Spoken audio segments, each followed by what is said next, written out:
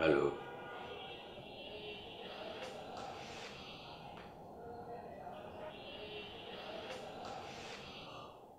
রানু?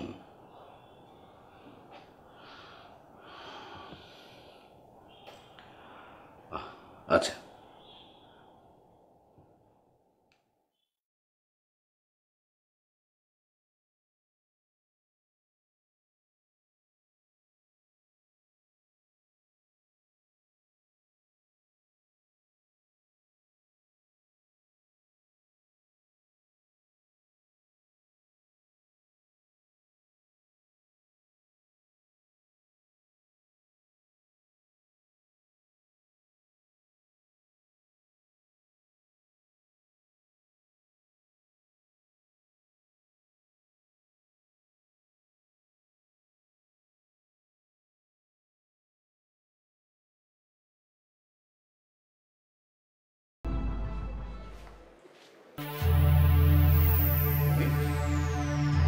তুমি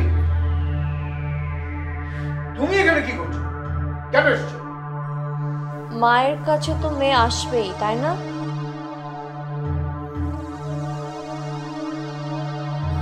তুমি আবার এখানে কেন এসেছো?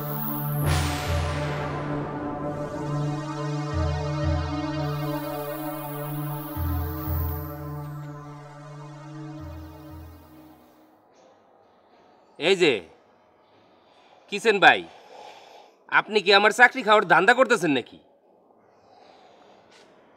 আবুল, তুমি দেখছো না আমার মন খারাপ? তোমার মনে কোনো মায়া দয়া নেই? তুমি এটা সীমার। কেন ভাই, কি হইছে? তুমি জানো না সুইট সিঙ্গার চলে গেছে?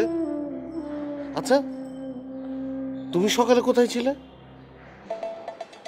তুমি তোমার ডিউটিতে সঠিকভাবে পালন করছো না। তোমার ডিউটি আমাকেই পালন করতে হবে।